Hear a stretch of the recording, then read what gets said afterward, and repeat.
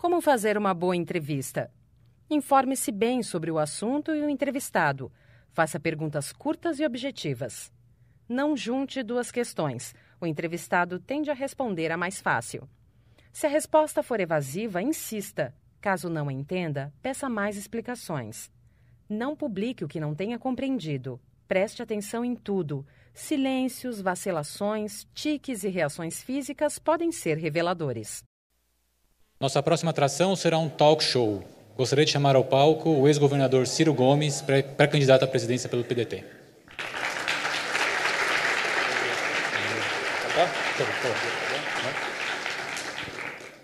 E Mônica Bergamo, colunista da Folha.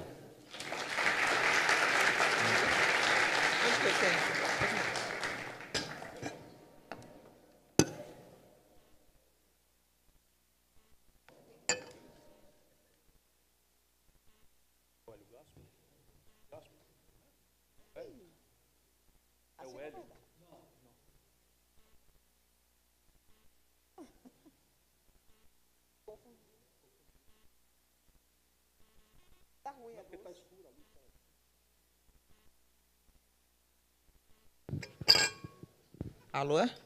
Posso começar? Fui escalada para essa missão fácil de entrevistar o ex-ministro Ciro Gomes. Ministro, eu queria começar falando de política do Lula. Vamos falar um pouquinho sobre o Lula. O senhor candidato, o Lula fora, o senhor buscaria o apoio dele para a sua candidatura? Porque, às vezes, parece que o senhor fala mal dele, às vezes parece que o senhor fala bem dele, a gente nunca sabe muito bem. Deixa eu cumprimentar o Grupo Folha, a família Frias, todo o corpo de jornalistas, profissionais de apoio, enfim, nesse momento de aniversário.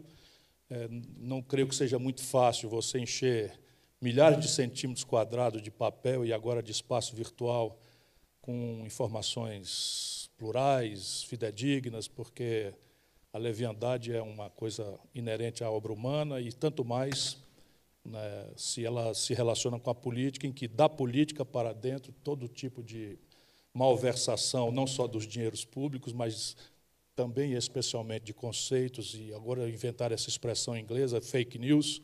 Portanto, minhas felicitações a vocês e que Deus proteja para que possam durar muitos anos mais, servindo ao país, né, num ambiente de discussão plural. Eu penso do Lula porque as pessoas têm que entender o meu ponto de vista. Eu tenho 38 anos de vida pública. O Lula, para mim, não é um mito, não é um deus. O Lula é um grande brasileiro, na minha opinião, com contradições importantes desde a sua origem e que, ascendendo ao governo, tem agravadas essas contradições. E eu as percebo como tal. Por exemplo, por que eu elogio o Lula numa certa dimensão? Porque o Brasil trouxe para o consumo, ou seja, tirando da classe D e E para uma classe C, 40 milhões de pessoas em 8 anos. Isso se deu por coisas muito práticas, cujo testemunho eu estava muito próximo para visualizar. O salário mínimo subiu a poder equivalente de compra em dólar de 76 para 320 dólares. O crédito no Brasil, graças a essa política estúpida de escorchantes juros reais, né, de uma plutocracia financeira que está sangrando o país, o crédito com Lula, apesar de ser uma política econômica extremamente conservadora e reacionária, e que em tudo por tudo replicou a política do Fernando Henrique, segundo mandato, o Lula ainda assim conseguiu levantar a proporção do crédito no PIB brasileiro de 15% para 55%. E, fundamentalmente, vindo do ambiente de pobreza e miséria de massa, de onde eu venho, o Lula baniu a fome do lar de mais de 20 milhões de famílias do país, criando uma rede de proteção social que chamou a atenção do mundo. Isso tudo diante de um ceticismo cínico, não é, que se dizia impossível de fazer no Brasil, e tudo isso está sob gravíssimo retrocesso. Portanto, há um lado de ser elogiado no Lula, do meu ponto de vista. Porém, vamos começar a criticar. Não é? O Lula não institucionalizou nada desses avanços. Portanto, é um projeto personalíssimo, dependente de uma figura carismática, e isso não é o melhor modelo que eu advogo para um país como o nosso. Portanto, nas eleições agora, eu penso que o grande papel do Lula, eu sonhava que ele pudesse ser absolvido, sonho ainda, seria do alto dessa restauração moral da sua personalidade, ele compreender que o seu papel não é mais o de repartir a sociedade brasileira em ódios e rancores e paixões, como ele faz, involuntariamente que seja, mas do alto dessa autoridade moral, convocar a sociedade brasileira a se reunir ao redor de uma nova etapa da vida nacional, de um novo projeto nacional de desenvolvimento. Se ele faz isso, vai para a história como um grande estadista. Se não faz, será derrotado. Mas seria reunir como? Apoiando um outro candidato? Abrindo mão de ser candidato? Eu acho que ele não poderia ser candidato antes de ser condenado. Agora, condenado pode até ser, não é? Que usando essas filigranas, esses incidentes processuais, essas chicanas, não é? Que os advogados somos capazes de promover, ele consiga deixar uma nação de 206 milhões de habitantes refém, não é? dessa estratégia. Eu não acho que isso seja compatível com a altura da biografia dele. Sobre a condenação também, para a gente ficar um pouquinho mais nele, o senhor chegou a dizer há um ano... Vamos falar de mim, das minhas ideias. Do senhor também. Mas eu queria saber Aí o seguinte, o senhor... Assim, mete o pau no Lula, não sei o que. Então... Mas o senhor, em 2016, disse que se ele corresse o risco de uma prisão arbitrária, o senhor formaria um grupo para sequestrar e levar lá uma embaixada. Eu não disse isso, não. O senhor disse? Não, disse Hoje não. mesmo eu revi essa frase. Não viu. Vi? Não viu. Pega aí. Pega aí que eu digo aqui claramente. Eu disse, olha o disparate que é esta aberração da Dilma nomear o Lula presidente. Sim, o senhor estava falando sobre isso. Então, vamos colocar a coisa no devido contexto. O lugar da gente defender o Lula não é pôr a República refém, porque na hora que a Dilma nomeia o Lula ministro, parecendo que quer subtrair o Lula de uma jurisdição de um juiz visto como severo, o tal juiz Sérgio Moro, para omisiá-lo, ou seja, escondê-lo sob a toga do Supremo, ele está criando um constrangimento que vai determinar que o Supremo acabe caçando ele, ou prendendo ele, porque isso é intolerável. Se a gente quer ajudar o Lula, vamos montar uma comissão de juristas que avaliariam se o Lula está ou não sob ameaça de uma prisão arbitrária, e, neste caso, eu me voluntario para participando dessa comissão, tirar o Lula dessa prisão arbitrária e levá-lo para uma embaixada. Então, é um outro cenário que o senhor acha que não se repete este agora. Era o único cenário onde eu falei isso. Certo. Aliás, este é o Brasil. Isso aqui aconteceu com muita gente no país. Agora, uma prisão, uma condenação judicial, olhada pela outra instância judiciária, mas pela terceira instância judiciária, definitivamente pode até se chamar de injusta, mas não se pode dizer que é uma decisão arbitrária. Certo. Agora, para a gente engatar Lula e jornalismo, eu queria que o senhor falasse um pouquinho sobre jornalismo. Quando o senhor comentou a possibilidade de ele ser condenado pelo Tribunal Regional Federal da 4ª Região, o senhor falou que dizer que há um complô da justiça contra ele ofenderia a inteligência brasileira. Mas o ex-presidente e seus apoiadores vão um pouco além, ele coloca um pouco a imprensa nesse complô. Ele diz que, por exemplo, sobre a Rede Globo, ele diz que há uma PPP, uma parceria público-privada entre o Judiciário e a TV Globo. Então, eu queria já começar a falar de imprensa sob esse ângulo. É uma ofensa também à inteligência falar que a imprensa está num suposto complô? Que faz parte de uma conspiração, como é que o senhor vê que isso? tem um centro estratégico, que se reúne, que faz planos, que divide tarefas, eu acho um contrassenso. O que há no Brasil, isso é indisfarçável, é um imenso consenso plutocrata. Isto há. E o centro da imprensa brasileira, dita nacional, tem uma linha editorial, não é, comprometida com um conjunto que forma uma ideia única. Isto também é indisfarçável. Agora, daí a dizer que isso está num golpe de Estado, que está conspirando, que tem um centro estratégico calculando essas coisas, a mim me ofende a inteligência média do país. Como é que o senhor, que ao longo desses anos todos fez campanha, o senhor vê o papel da imprensa em relação ao senhor que tem ideias que o senhor considera divergentes? Sem imprensa, qualquer que seja ela, não existe democracia. Então, é preciso, como dizia o Churchill, que o político, mesmo agredido, insultado, caluniado, que ele compreenda a transcendência desse valor. O Churchill dizia que um político se queixar da imprensa é como um marinheiro se queixar do mar. E lembre que ele é da ilha, né? É da Inglaterra, e a Inglaterra tem uma relação com o mar talvez não, muito mais central do que a figura que ele diz aqui, e ele próprio foi Lorde do Almirantado. E eu penso a mesma coisa.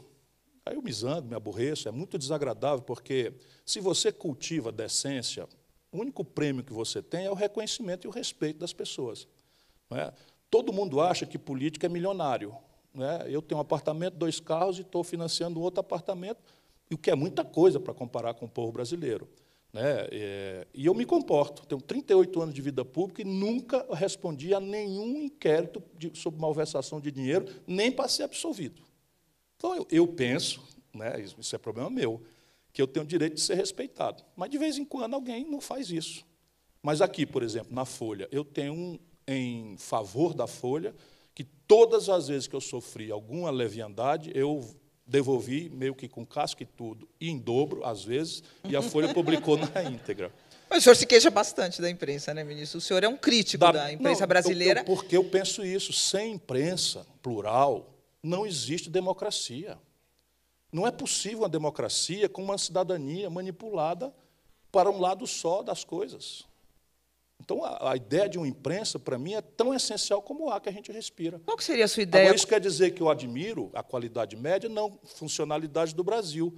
A dita imprensa nacional são 5 famílias e uma igreja. Né? Essas famílias, elas têm ativos, elas têm ideologia, elas têm compromisso, elas têm valores legítimos, completamente legítimos. Agora, se eles estão com essa nobilíssima função de informar a população, eles têm que fazer um esforço de deixar plural fluir, não é, os ângulos todos com que os assuntos complexos da vida de um país como nós tem. E, de novo, creio que a Folha de São Paulo é um dos jornais que mais se esforça para isso. Nem sempre consegue, mas... Qual é a sua proposta? Eu estou elogiando, não é verdade? Pois é, pode criticar, fica à vontade. Não. Mas qual é a sua proposta para essa área, se o senhor for eleito presidente? Regulação da mídia? Não. A melhor regulação da mídia é o controle remoto. A invenção democrática mais importante do terceiro milênio é o controle remoto.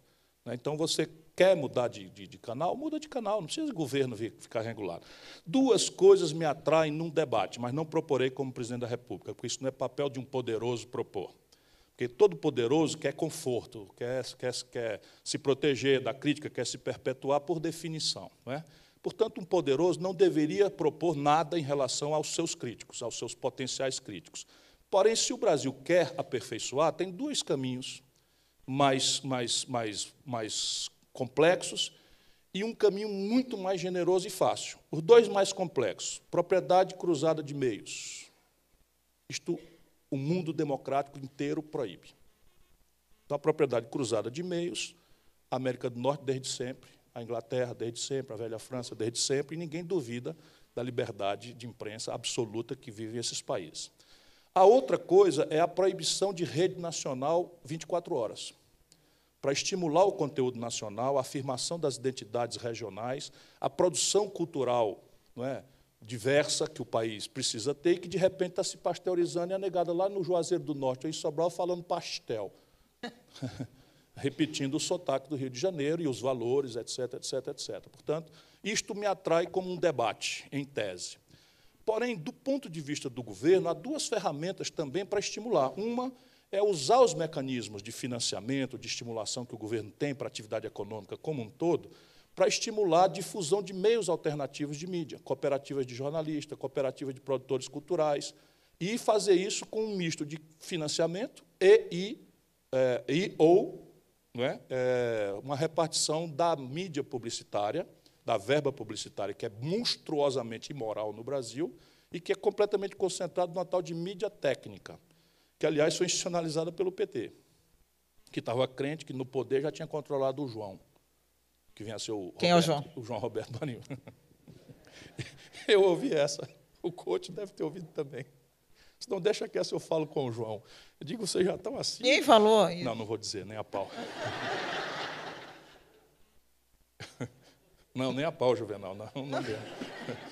Mas, por meio de leis ou de apoio a iniciativas legislativas, o senhor não mexe nesse assunto? Não. Regulação de mídia, isso é um debate completamente estéril, E não é mais verdade com a internet. Ora, eu sou do tempo que não tinha internet. O que uma emissora de TV ou um jornal como a Folha falasse era mortal verdade. Hoje em dia, em tempo real, você responde no Facebook e imediatamente tem o contraponto. É evidente que, como dizia o São Tomás de Aquino, a injúria, a calúnia é como um saco de penas que você joga ao vento na encruzilhada. Jogou, nunca mais cata de volta todas as penas. Mas eu queria que o senhor falasse se não quer isso, muda de ramo. A vida pública é assim. Queria falar um pouquinho Derramei café aqui, por exemplo. Ó. Ninguém escapa de ter o paletó sujo. Ministro, como é que o senhor... eu queria que o senhor falasse um pouquinho mais dessa experiência como homem público, porque é o que se diz, quer dizer, antes da internet você tinha a imprensa tradicional, a grande mídia, e o que se falasse era muito difícil fazer um contraponto, tá certo? Por isso com raras exceções, como o senhor... Por isso que eu dou muito valor a esta tradição da Folha, Sim. de mesmo observando um valor hostil a você, porque eu me lembro o seguinte, a Folha já disse de mim, mais ou menos parecido com o que fez com o Bolsonaro agora, só que comigo era sem os números. Comigo era assim, Ciro vive acima das suas posses. Aí eu pirei, como eu vivo acima das minhas posses?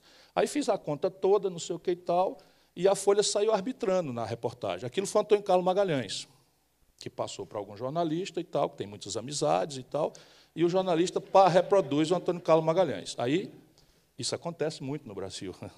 Então, aí foi lá, a Folha dizia assim, ele gasta tanto com não sei o quê, tanto com não sei o quê, tanto com não sei o quê, tanto com não sei o quê, e ganha tanto com não sei o quê, e no fim, depois de arbitrar meu condomínio, meu supermercado e tal, sobra R$ 2.700, o quantia notoriamente insuficiente para o elevado padrão de vida que Ciro Gomes leva.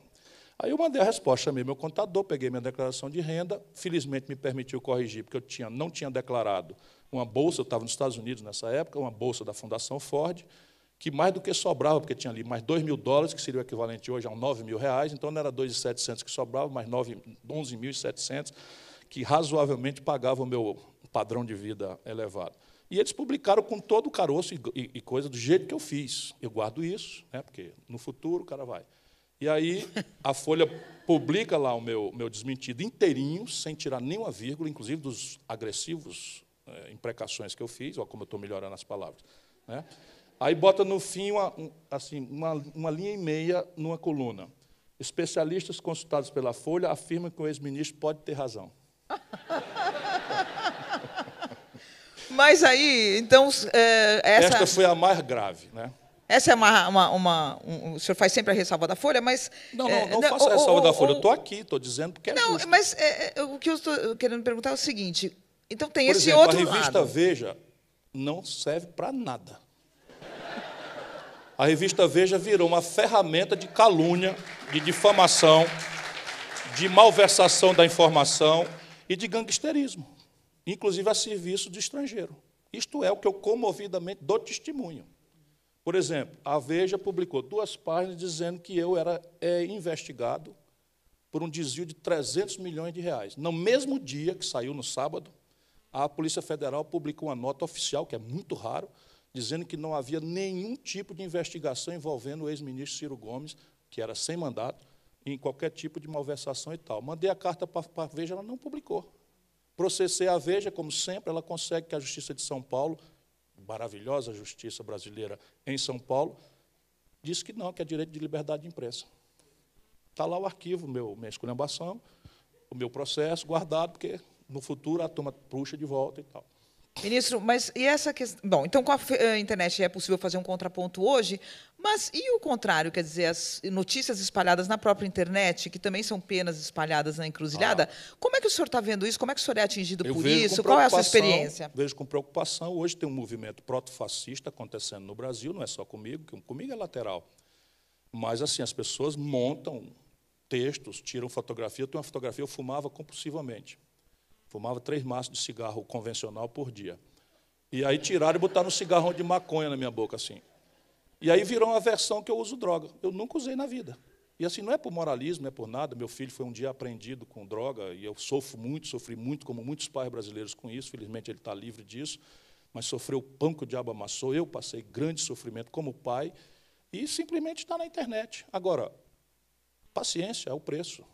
Ministro, falando sobre drogas, eu queria passar para o tema da segurança e fazer uma conexão também com a intervenção no Rio de Janeiro.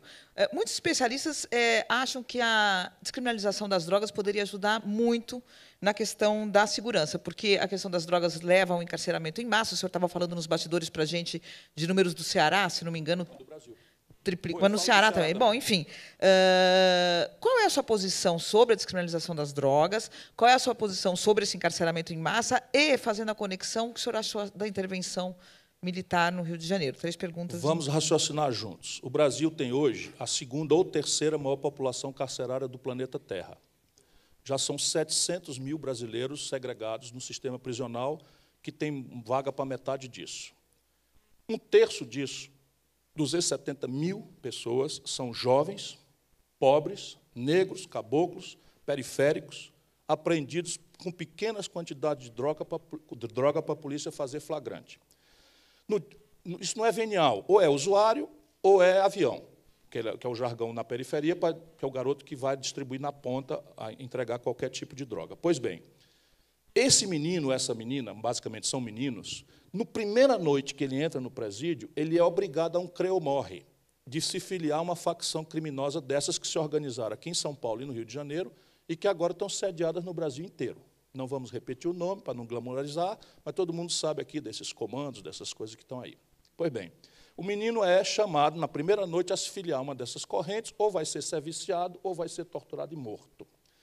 E aí o Brasil está produzindo, por esse sistema tradicional, exército de reserva para uma altíssima periculosidade e sofisticada organização criminosa, que, como está há muitos anos, quase 2 décadas aqui em São Paulo, mais importante deles, já está na fase de lavagem de dinheiro.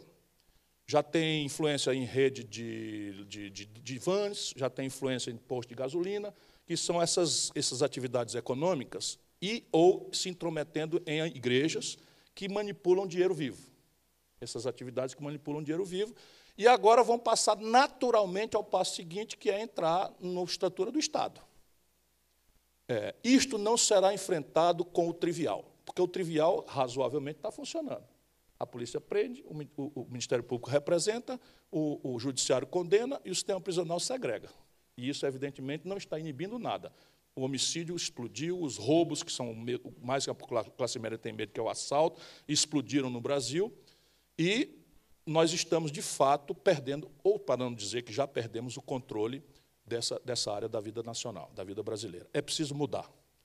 E aqui é o inferno brasileiro de sempre. Você tem opiniões de especialistas, mas você também tem opiniões religiosas, opiniões morais, opiniões, enfim, de todos os ângulos. Então, eu, pessoalmente, percebi, e isso na internet tem sobradamente meu testemunho, portanto, eu não estou me omitindo, que eu estava dando o queixo para bater. Eu simplesmente tinha opinião formada sobre todas essas coisas, com clareza, e era muitas vezes agredido, insultado, e perdi as eleições, as nacionais, naturalmente, todas as outras eu ganhei no meu estado, não é?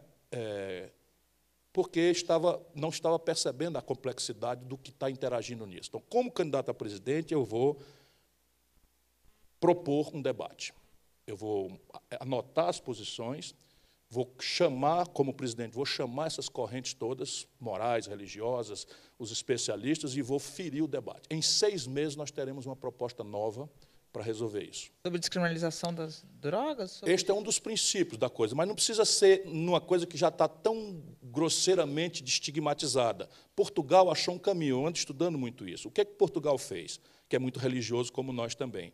Tangenciou o debate de descriminalização e fez o seguinte: até quantidade X de droga A, B, C ou D, afirmada por especialistas, o assunto não é da polícia nem da justiça, o assunto é da política de redução de danos da saúde pública. A partir daí, continua tudo como era. E está tendo um êxito muito grande, maior do que o Uruguai, que é a experiência recente, mais perto de nós, e do que alguns experimentos na América. Agora vai entrar uma coisa de grande escala, que é a descriminalização do uso da maconha na Califórnia. Vamos acompanhar, vamos ver, mas não vamos deixar, porque o Brasil é um país católico, crescentemente neopentecostal e evangélico, e eles são absolutamente avessos a qualquer possibilidade de descriminalização da droga.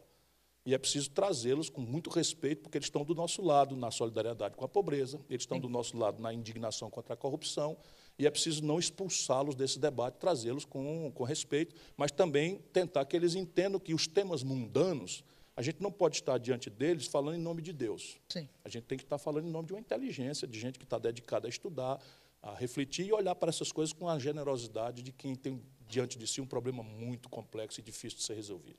E a intervenção e o encarceramento? A intervenção no Rio é uma intervenção politiqueira, mal intencionada, de motivações miúdas, sem planejamento de nada, portanto, a semente do desmantelo, do desastre está dada. Entretanto, ela corresponde a um anseio, a uma súplica, a um pedido comovente da comunidade nacional brasileira, epicentro, Rio de Janeiro, por conta da exacerbação, vamos dizer, da mídia local sobre este tema. Não é que não tenha problema, entendamos bem, mas eu gosto do racional. O Brasil deveria acompanhar o que o mundo faz. Então, nós temos uma estatística de homicídio por 100 mil habitantes. Isso é talvez o indicador internacionalmente mais científico para se atribuir este ou aquele adjetivo ao nível de violência de uma comunidade. Pois bem, o Rio de Janeiro é o 10º lugar entre os 27 estados brasileiros. O Ceará é o 9º, muito recentemente. Por que no Rio? Por que nós entendemos que a violência saiu do controle no Rio? O PCC, pronto, falei, a sede é São Paulo. A sede é São Paulo e tudo indica que aqui eles fizeram acordos com as autoridades locais há mais de uma década. Que tipo de acordo? Acordo, como a gente faz entre antagônicos. É isso aí. Tudo indica. E isso é muito grave. Por que não é em São Paulo? Aqui se fraudam os indicadores de homicídio. Aqui se fraudam os indicadores de homicídio. Por exemplo, São Paulo não cumpre a metodologia determinada pelo Ministério da Justiça para apurar os homicídios, os crimes letais contra a vida, etc., que é o que se chama, que é lesão corporal seguida de morte, etc. Por que não é aqui? Por que não é em Fortaleza, no Ceará, cujo fenômeno do enfrentamento das facções criminosas mataram 14 inocentes recentemente numa chacina absolutamente intolerável e completamente nova para a nossa percepção da vida no Ceará? Não, é no Rio. Por que é no Rio? Agora, isto dito, a população quer, então tá bom. Agora, vai dar o quê? Botar o exército para enfrentar bandido é um equívoco grosseiro, porque a única coisa parecida que o exército tem com polícia é a farda. O resto é tudo diferente. A polícia é treinada para proteger a comunidade, para formar culpa dos suspeitos e levá-los ao aparato judiciário. O exército é feito para matar o inimigo. Isto é bem concreto. Por exemplo, se alguém está com um fuzil, portando um fuzil, e alguém examina aquilo de um helicóptero, não é tolerável que a polícia resolva isso logo. Para o exército é simplesmente um tiro. Se o menino é portador, se a mãe pediu para ele jogar aquilo fora no lixo, não interessa para o exército. Está em condição potencialmente hostil, é inimigo, bala na cabeça, fim de papo. Nós vamos assistir isso, de lado a lado. Não agora. Agora o que vai acontecer? Uma sensação de segurança, porque a bandidagem é organizada, como nós não estamos conseguindo ser. Então, eles sabem que agora, com o aparato chegando, eles precisam recuar. E eles recuam de duas formas. Vão para outros estados, infernizar a vida de São Paulo, infernizar a vida do Ceará, e encolhem as grandes questões. Passam essa sensação de que se instalou a paz. Daqui a pouco começa tudo de novo. Qual o senhor acha que foi a verdadeira intenção do presidente Temer? Muita gente acha que foi eleitoreiro. O senhor acha que isso pode render dividendos de popularidade para ele? O Temer, diga-se a bem da verdade, ele que é uma figura, para mim, qual é a palavra que eu vou usar dessa versão? Essa versão light, Ciro Gomes. Não, a versão estadista. Assim, digamos, é uma figura enojante, né? É uma figura enojante, uma figura absolutamente constrangedora para uma sociedade como a nacional brasileira. Porém, veja, ele é um lutador. Eu fico, às vezes, de novo, Clóvis, eu fico zangado porque eu vejo o Temer esperneando e lutando, e a Dilma deixou o país cair na mão dessa gente sem espernear e sem lutar. E com ela a democracia caiu do país. Mas ele está lutando, está esperneando. Mas daí a ele ter protagonismo eleitoral só se for outro país que eu não conheço. Como é que o senhor vê a eleição de 2018? Como é que o senhor imagina? Quem que vai estar? O PT vai ter um candidato? Vocês podem se unir? Vocês já estão dialogando? A natureza do PT, assim como a do Escorpião, é afundar sozinho. Eles nunca conseguiram experimentar isso e tal. E vão fazer, de novo, a mesma coisa. O que está tudo certo, é seu direito, etc. Pensando no país, o papel deveria ser outro, mas isso é problema deles.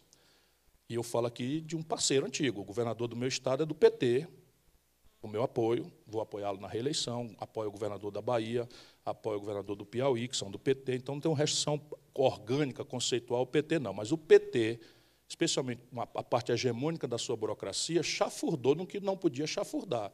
Não é brinquedo, o Palocci está preso, caçando oportunidade para fazer mais delação, mais deduduragem, etc, etc. E isso tudo aconteceu. Eu vi e falei antes, Lula, tu vai entregar Furnas para o Eduardo Cunha, esse cara vai roubar e vai comprar. E ele respondeu o quê? Ele dizia, não, esses filhos da puta estão pensando que vai levar com chantagem, não vai não. No dia seguinte eu vi que ele nomeou. Percebe? Isso tudo aconteceu. Eu me afastei, cansei de avisar, e isso vai agora para o julgamento. O que é que eu acho, enfim, que já está dando aqui o fim do tempo? Off. Repare, eu acho que vai ser uma eleição com suas peculiaridades, mas vai ser uma eleição parecida com a de 89. As grandes organizações contemporâneas, PT, PMDB e PSDB, partem com muita desmoralização, estigmatizados por a Lava Jato, mas muito mais pelo tradicionalismo, convencionalismo, a réplica uns dos outros das mesmas práticas, e a população procurando uma coisa nova, não é? Que não necessariamente quer dizer pessoas novas, necessariamente. O Bolsonaro tem 26 anos de deputado federal, eu tenho 38 anos de vida pública, a Marina deve ter seus 20 anos de vida pública, mas as pessoas querem valores novos, práticas novas, concepções novas. E elas vão com muito ceticismo procurar isso, o que supõe uma partida muito fragmentada do processo e uma dinâmica de sabe lá Deus o que vai acontecer no futuro. Mas eu acho que você está falando com o futuro presidente do Brasil. Vamos encerrar, então, porque já acabou o tempo. Agradecendo a sua presença aqui, viu, ministro? Agradecemos muito a sua presença. Como fazer uma boa entrevista? Informe-se bem sobre o assunto e o entrevistado. Faça perguntas curtas e objetivas. Não junte duas questões. O entrevistado tende a responder a mais fácil. Se a resposta for evasiva, insista. Caso não entenda, peça mais explicações. Não publique o que não tenha compreendido. Preste atenção em tudo. Silêncios, vacilações, tiques e reações físicas podem ser reveladores.